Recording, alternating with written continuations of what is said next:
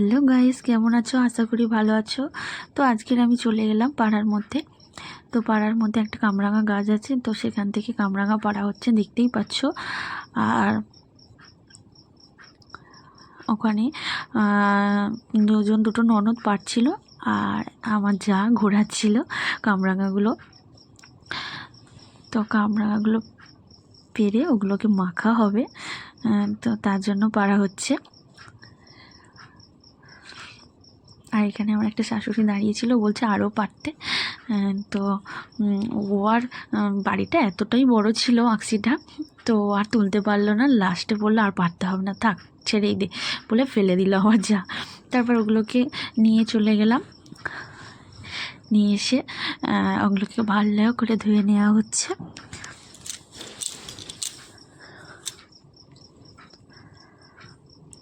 তারপর সেগুলোকে কাটা হলো, সবগুলো কেটে নেওয়া হবে।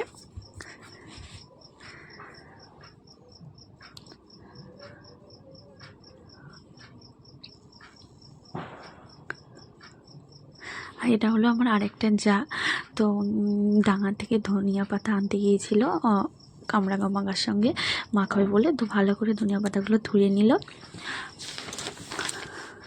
তারপরে ওকে কুচি কুচি করে কেটে মিক্সিতে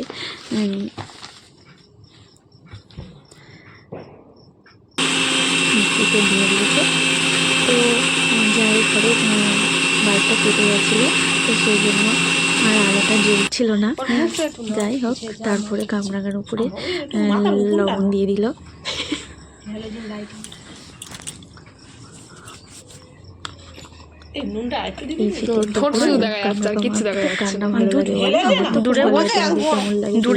কমেন্টে। আর এই যে ধনিয়া পাতাগুলো দিয়ে দিল, আর কাঁচা লঙ্কাটা ভালোভাবে পেস্ট হয়নি, তো ওই জন্য আর কাঁচা লঙ্কা অনেক দিয়েছিল, যার জন্য করে অনেকগুলো ভালোভাবে পেস্ট হয়নি। ও ভালো করে মাখিয়ে নিচ্ছে। তো আমরা সবাই বলছিলাম যে ওভাবে মাখিস না, জ্বালা করবে, তো ওই জন্য করে।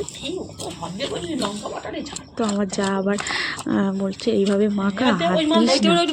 বলছে না আমার কিছু হবে না, আমি মাখাবো বলে ও মাখাচ্ছিল আস্তে। তো এবারে মাখিয়েটাকে নিয়ে চলে গেলাম ডাঙাতে, যে ডাঙাতে সবাই বসে আছে, তো সেখানেই সবাই চলে যাওয়া হলো। আর এই যে তোমাদের একটা ভিডিও দিয়েছিলাম না, ফুলের বাগান, তো এখানে সব গাছ এখন, তখন তো দেখেছিল অনেক গাছ ছিল, এখন গাছ আর নেই, সব বিক্রি হয়ে গেছে সেই গাছগুলো। তো ও চলে গেছে ওর মাকে দিতে খাওয়াটা। ওর মা দেখে একটা নিয়ে নিল, বলছে খেয়ে দেখি। তারপরে এখানে ওরা সব খাচ্ছে। আর এই হচ্ছে একটা জায়ের ছেলে, খুব বদমাইশি কেমন করছে, খাচ্ছে আর ওই রকম করছে। তো বন্ধুরা খাচ্ছে আর বলছে